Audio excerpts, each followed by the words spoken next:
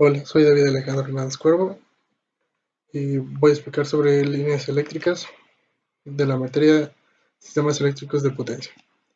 Bueno, las líneas eléctricas. Una línea de transmisión eléctrica es básicamente el medio físico mediante el cual se realiza la transmisión y distribución de la energía eléctrica.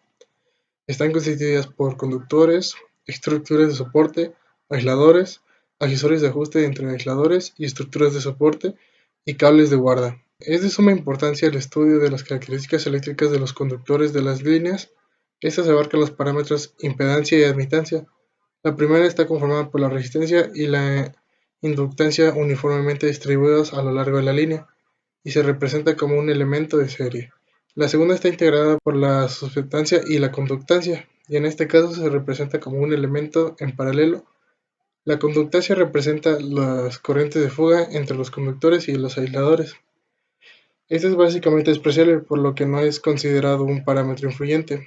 Las características tanto de los elementos físicos como eléctricos se verán más adelante. La forma que clasificamos las líneas eléctricas es de dos, como línea de transmisión y líneas de distribución. Las líneas de transmisión son aquellas que se utilizan para transportar la energía eléctrica a grandes distancias, a niveles de voltaje superiores a los 34.500 volts. Estas constituyen el eslabón de unión entre las centrales generadoras y las redes de distribución. Las líneas de distribución son aquellas que van desde la subestación hasta los centros de consumo, como son las industrias, domicilios y alumbrado público. Los niveles de tensión utilizados son por debajo de los 34.500 volts. Los componentes de una línea aérea. Las líneas aéreas están constituidas tanto por el elemento conductor, usualmente cables de cobre o aluminio, como por sus elementos de soporte, las torres de alta tensión y los aisladores.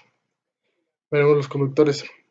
En la construcción de líneas aéreas de transmisión de energía eléctrica se utilizan casi exclusivamente conductores trenados, los cuales son cables formados por alambres en capas alternadas, enrolladas en sentidos opuestos. Esta disposición alternada de las capas evita el desenrollado y hace que el radio externo de una capa coincida con el interior de la siguiente. Un conductor trenzado puede realizarse con hilos del mismo metal o de distintos metales según cuáles sean las características mecánicas y eléctricas deseadas.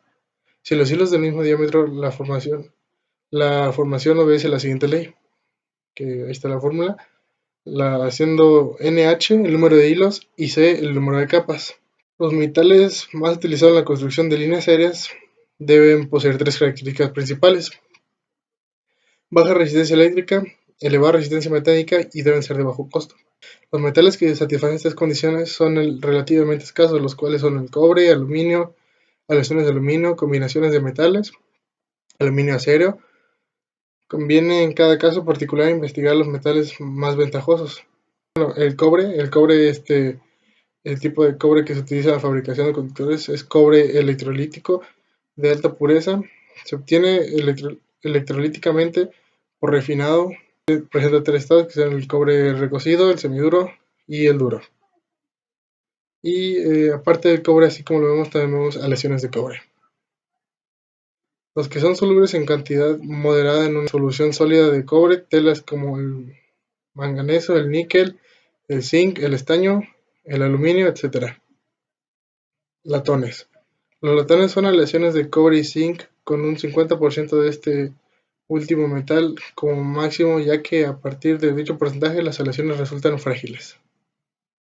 Bronce. Los bronces son aleaciones de cobre y estaño, pero actualmente las aleaciones dejaron de ser binarias para pasar a ser ternarias, introduciendo un tercer elemento además del cobre y el estaño, como fósforo, silicio, manganeso, zinc, cadmio, aluminio. Según el tercer elemento es el nombre del bronce.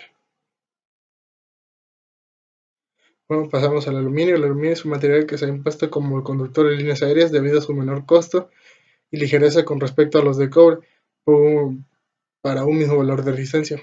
También es una ventaja el hecho de que el conductor de aluminio tenga un mayor diámetro que el de cobre con la misma resistencia. Con un diámetro mayor, las líneas de flujo eléctrico que se originan en el conductor se encuentran más separados en su superficie para el mismo voltaje. Esto significa que hay un menor gradiente de voltaje en la superficie del conductor y una menor tendencia a ionizar el aire que rodea al conductor, evitando así el llamado efecto corona. Los conductores de aluminio, entramos primero con conductor homogéneo de aluminio puro con siglas AAC. El aluminio es, después del cobre, el metal industrial de mayor conductividad eléctrica. Este se reduce muy rápidamente con la presencia de impurezas en el metal. Por lo tanto, para la fabricación de conductores que se utilizan metales con un título no inferior al 99.7%. Esta condición también asegura la resistencia y protección de la corrosión. Los conductores de aluminio se clasifican de las siguientes maneras: clase AA, conductores normalmente usados en líneas de transmisión aérea; clase A, conductores a ser recubiertos por materiales resistentes al clima y conductores desnudos de alta flexibilidad; clase B, conductores a ser aislados con diversos materiales y conductores que requieren mayor flexibilidad; clase C, conductores que requieren la más alta flexibilidad. El siguiente tipo es conductor homogéneo de aleación de aluminio, de siglas AAAC. Se han puesto a punto de aleaciones especiales para conductores eléctricos. Contienen pequeñas cantidades de silicio y magnesio, 0.5 o 0.6% aproximadamente, y gracias a una combinación de tratamientos térmicos y mecánicos adquieren una carga de ruptura que duplica la del aluminio. Utilizados normalmente para la distribución eléctrica primaria y secundaria, poseen una alta relación resistencia-peso. La aleación del aluminio del cable AAAC ofrece mayor resistencia a la corrosión que el cable ACSR. Pasamos a lo que son los conductores mixtos de aluminio con alma de acero, ACSR. Esos cables se componen de un alma de acero galvanizado recubierto de una o varias capas de alambres de aluminio puro. El alma de acero asigna solamente resistencia mecánica al cable y no es tenida en cuenta. El alma de acero asigna solamente resistencia mecánica del cable y no es tenida en cuenta en el cálculo eléctrico del conductor. Aquí se representa una imagen de cómo está constituido el conductor. Pasamos a la siguiente, que son ACSR-AW, el conductor de aluminio con refuerzo de acero aluminizado. El conductor ACSR-W ofrece las mismas características que los ACSR, pero la corriente máxima que pueden soportar el cable y su resistencia a la corrosión son mayores debido al aluminizado del núcleo de acero. Provee mayor protección en lugares donde las condiciones corrosivas del ambiente son severas. Siguiente conductor es ACSR-TW, conductor de aluminio con refuerzo de acero. Las estructuras a utilizar deben ser evaluadas cuidadosamente debido al gran peso de este conductor. Pasamos al ACSR-AE. Haciendo hincapié en ACSR-TW, estos conductores son prácticamente lo mismo que ACSR normal, nada más que estos por su mismo son más para estructuras, pero tienen que mantenerse, como se dijo, su peso más en cuenta. Los siguientes son ACSR-AE, conductor de aluminio con refuerzo de acero. Las siglas AE coinciden a Air Expanded. Es un conductor cuyo diámetro ha sido incrementado o expandido por espacios de aire entre las capas exteriores de aluminio y el núcleo de acero, como se muestra en la imagen. Conductores de aluminio con alma de acero, los próximos que son ACAR. El ACAR tiene un núcleo central de aluminio de alta resistencia rodeado por capas de conductores eléctricos de aluminio. El ACAR tiene un núcleo central de aluminio de alta resistencia rodeada por capas de conductores eléctricos de aluminio. Independientemente de las características eléctricas y mecánicas que conducen a la elección de un tipo de conductor a otro, se deben perder de vista los principios básicos de uso del conductor de aluminio. Lo siguiente que se verán son los aisladores. Sirven de apoyo y soporte a los conductores al mismo tiempo que los mantienen aislados de la tierra. El material más utilizado por los aisladores es la porcelana, aunque también se emplea el vidrio templado y materiales sintéticos.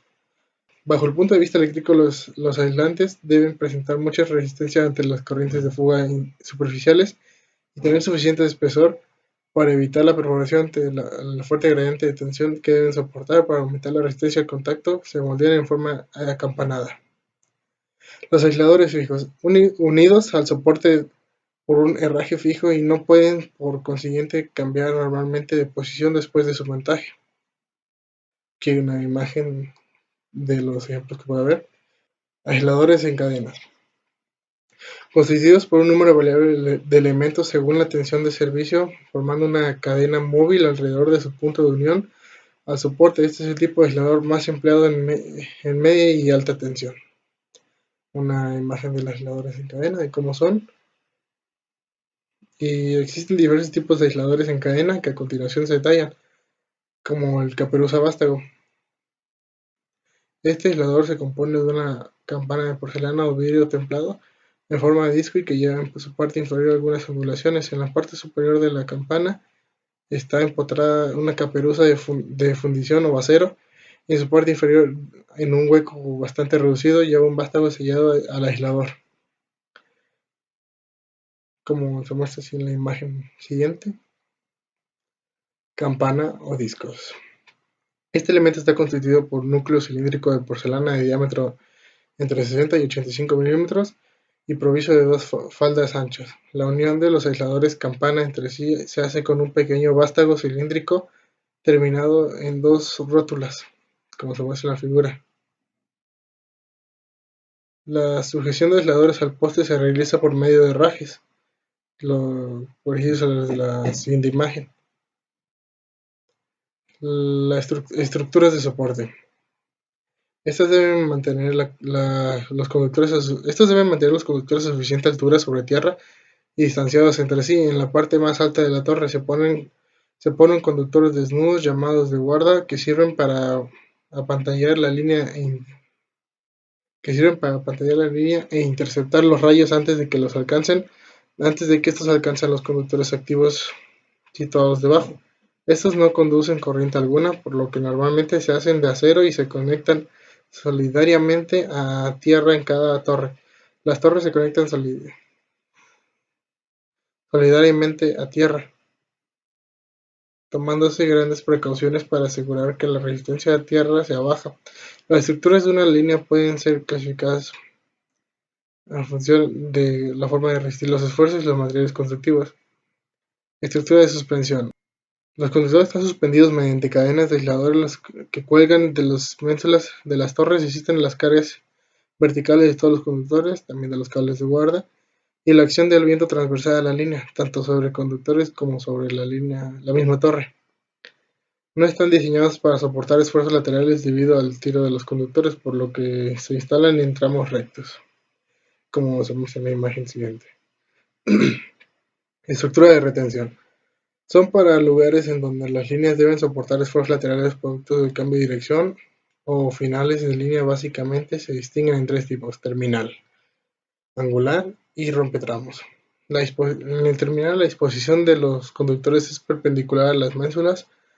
La torre se dimensiona para soportar fundamentalmente el tiro de todos los conductores de un solo lado y en general es la estructura más pesada de la línea.